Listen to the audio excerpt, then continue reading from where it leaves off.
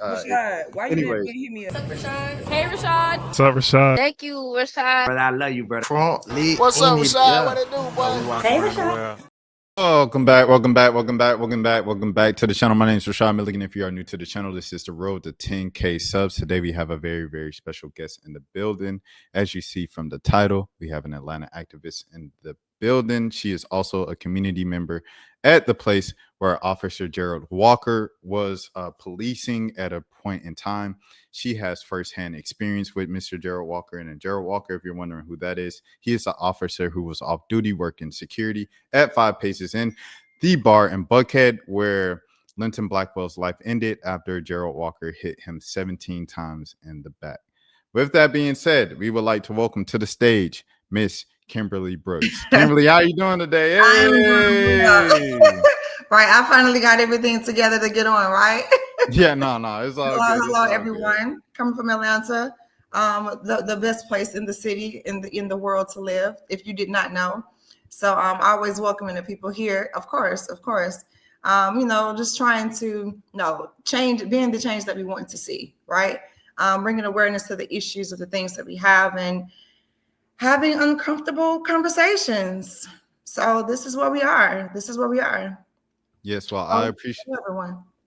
Kimberly, I just wanted to say I appreciate your willingness to come on and share your perspective, because your perspective is a new one and a fresh one, and we need the voice of the community in this to bring the full story to light. So thank you for taking the time out your day. I know you have a busy schedule with some personal stuff going on, so thanks for setting some time for us. All right, cool. So with that being said, as I mentioned in the introduction, this is Gerald Walker, the officer who hit, as you see here from the diagram, Linton Blackwell B. Green, former artist with DTE, entrepreneur, local businessman, and community member on Eastlake Meadows legend, 17 times in the back on October 11th at the Buckhead Bar, 5 Paces Inn. This is the officer right here, Gerald Walker. He joined the Atlanta Police Department in 2023. And speaking of Miss Kimberly Brooks, she has a photo, which I'll be pulling up right now. Hold on, give me a second. Let me go. I'm going to stop sharing and then I'm going to reshare to get that thing up. And right here from 2023, the year that Gerald Walker started with the Atlanta Police Department. Wow. And here he is with harassing a local resident of hers, a neighbor, and things of that sort. So with that being said, Kimberly, what was your experience with Officer Gerald Walker? So basically, I live in the city, and let's just make it clear, I like police officers, and this is not like, I'm not one of those people like forget the police. I just believe in quality, officers, and that's with any job. So I was at home, and what happened is the officer came knocking on my door, like banging very hard with this resident. I covered her face. So he knocks on the door and he's like, do you have a phone, an iPhone? So he was alleging that I've stolen someone's phone. I'm not a thief, and I don't like being called a thief, for one. So he's very aggressive and adamant about it. And I don't want to be rude to a police officer, but I would slam the door on you. And that's what I told him you do. And I asked him, I said, do you know the law? I said, do you know the law? Because that's a civil charge. Like you can't knock on someone's door with a tenant saying her phone is saying this is here. So after I closed the door with him, my neighbor called me and said that he was at our back door at her door, knocking on her door, asking the same thing. So I'm working, so I'm not really paying attention to it, kind of, sort of. But in my mind, I'm like, why is this police officer knocking on people's door with a tenant saying, you have to have a warrant, you have to have like different, that says, where did you go to law school? So I took this picture of him because he was outside the door. And like I said, he was aggressive. And I really didn't pay any attention to it at that time because it was just an incident. Unfortunately, living in that community, things like that happen. So I was like, you know what, just leave it alone. Now, there was a second incident. Do you want to hear about that one now? Yes, go ahead.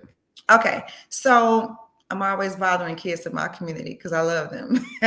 And policing, I talked to the NPUY meeting about heavy policing in the area.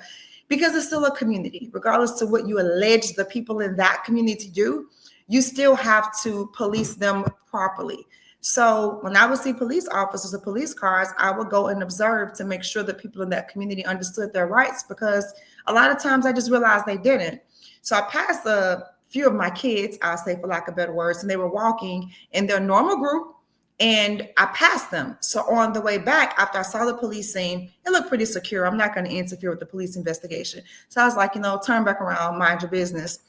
On the way back, I saw those same children that I saw passing being questioned by this officer again, the same officer.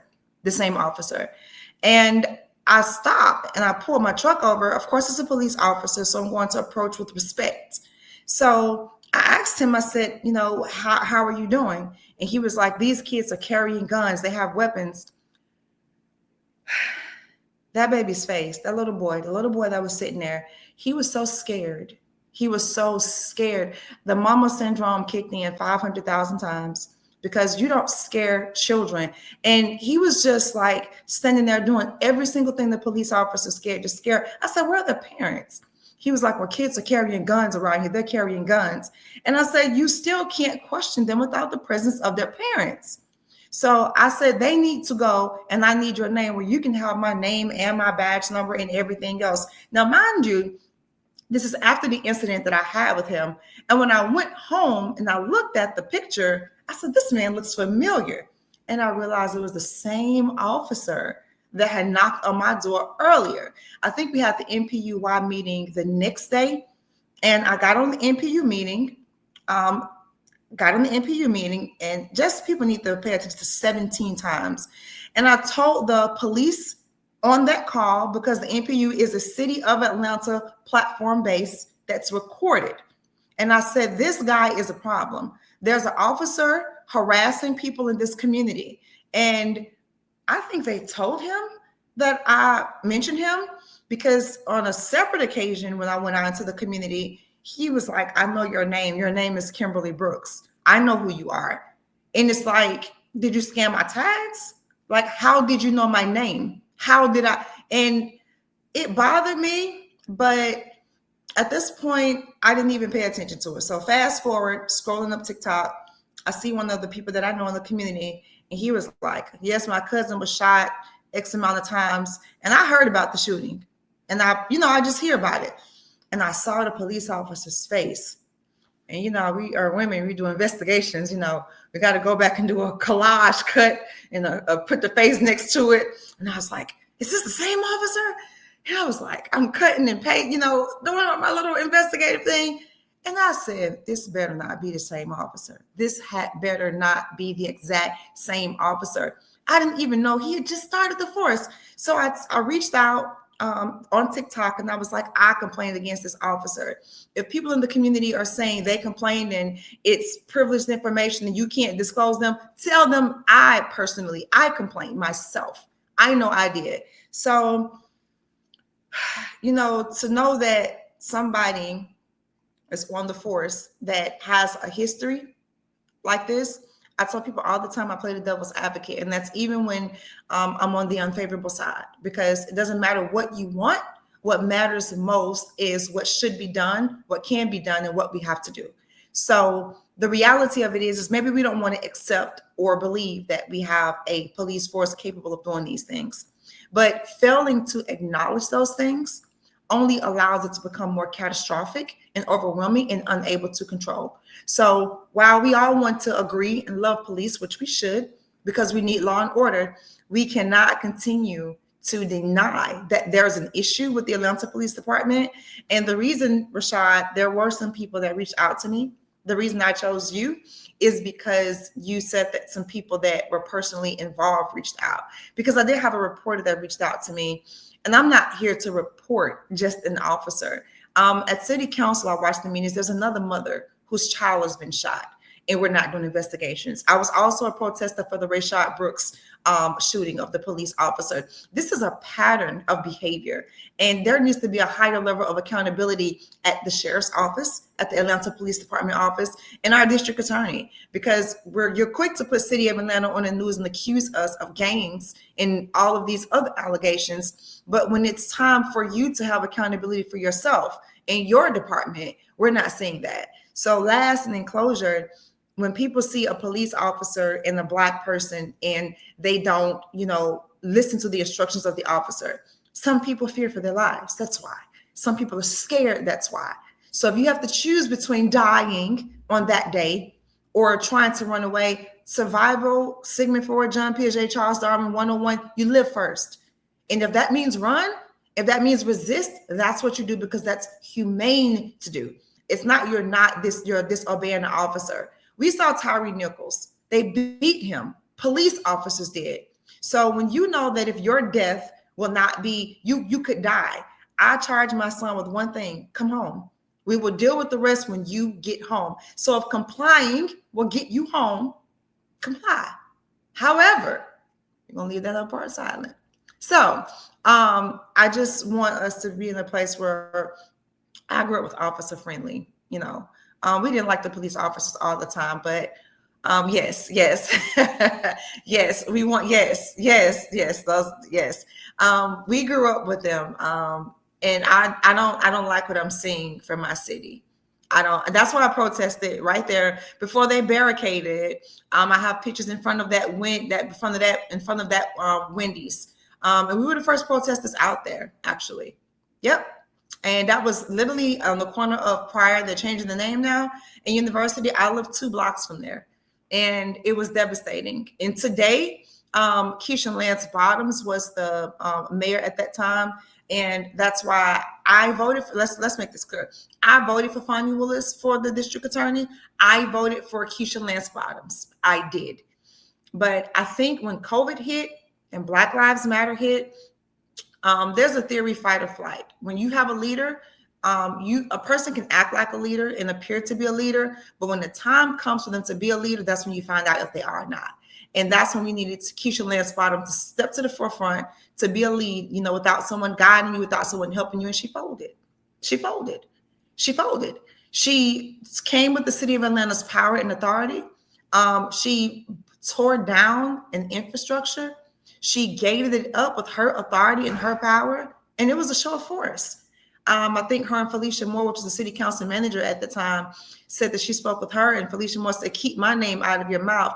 And she really put a bad taste in the Black community's mouth, where there are several things you could have done in that situation, several statements that you could have made in that situation, versus setting this area up for failure. And when you did that, actually a crime happened after that. So had you just kept the facility open, or kept it open just like any other infrastructure, we would have protested. You should have done your job, and that would have been the end. But like we've said, we've seen with city officials, police officers, elected officials, the people just want democracy. And what that means is we believe in the integrity of the law. We believe in the code of the law. We're not asking you to do something extenuated or something exceptional. We're just asking you to apply the law equally across the board as it should be applied. And it's not being done. Yes, Kimberly. And, just kind of even going off of that, when you're thinking about all of the situations that you named, and even the other Black parent at the same, like you said, recent city council meeting that you checked out that is dealing with something similar. It's horrible. I guess, I think Jimmy, he brings up the stat all the time about, I think he said 9 out of 10 of every person that's killed by Atlanta police are Black people. I think obviously with just kind of the demographics of the city, that kind of lines up, but that's still a very, very lopsided type of ratio. Go ahead, Kimberly. I believe in research. That's my pet peeve. That's my thing. So when you look at the racial, the racial components of killings and police officers. So what I would do to make that valid is, of course, proximity is a something of consideration. So if there are Black police officers, there are Black people that could be leading, could be the reason why you would say Black people are killed by Black police officers. So what you would do then is go to an area with white police officers and white communities. And then you examine how many white police officers are killing white officers. Now, if the killings are not the same in those communities, but they have a difference in Black communities, it's not Black on Black at all. It's that white police officers kill Black people, Black police officers kill Black people. But when you look at those numbers, Black police officers don't kill white people, right? And you also look at those numbers where the white police officers are in white communities, they don't kill anybody. And if they do, they are prosecuted under law, and there is a process. The discrepancy in the corruption and the lack of equality in that is just that. The law is not applied the same, because you don't need a law to help anyone understand how an unarmed man shot in the back 17 times is not a criminal offense. In the place of Jimmy Atkinson with Kim Sung, you didn't need a grand jury indicted him for that. You understand?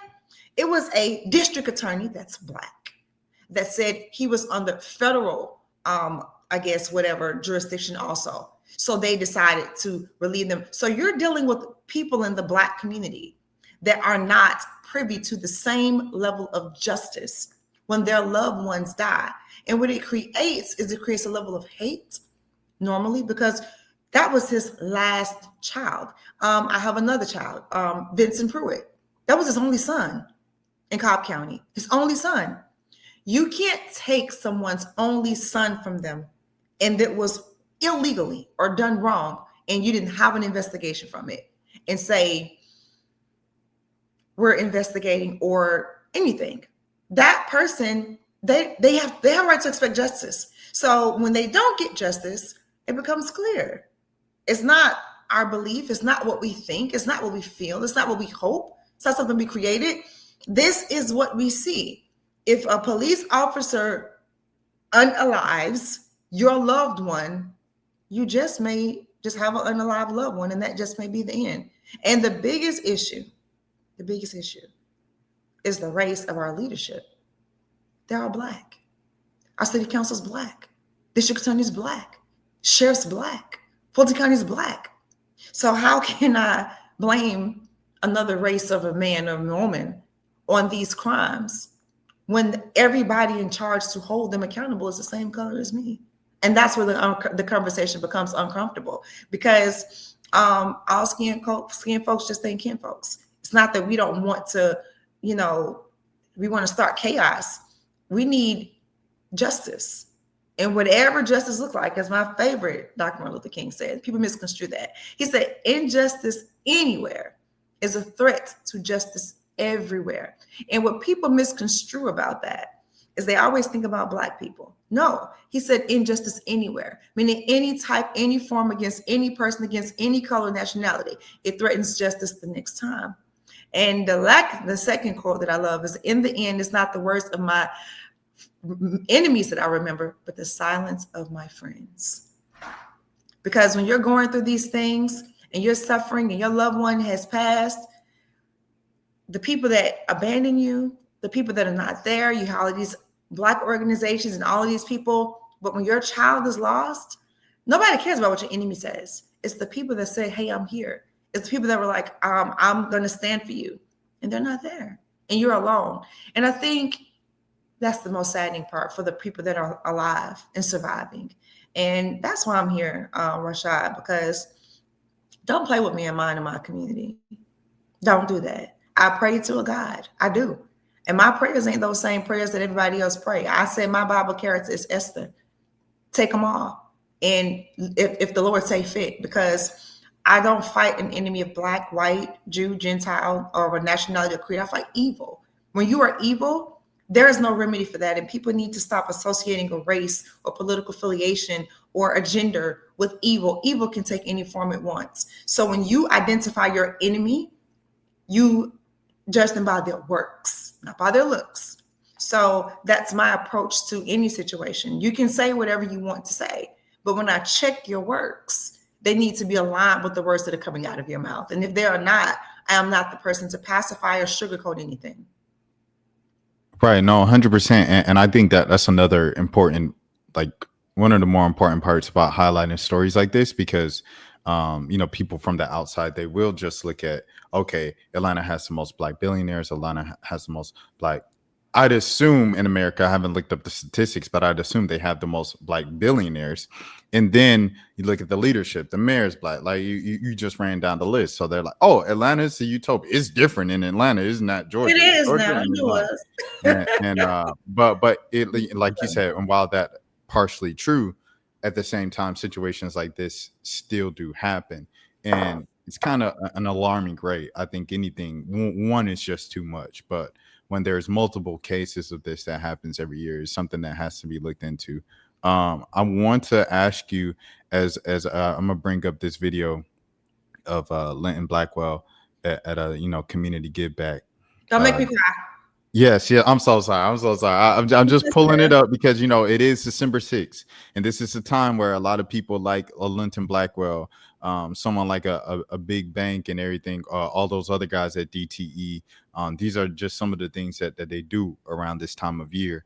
And Linton, he won't be around to be able to do this this year and stuff like that. Shouts out to Jimmy Hill for posting this, friend of the channel, obviously. And so with that being said, Rashad, why you didn't hit me up? What's up, Rashad? Hey, Rashad. What's up, Rashad? Thank you, Rashad. Brother, I love you, brother. What's up, Rashad? What it do, boy? Hey, Rashad.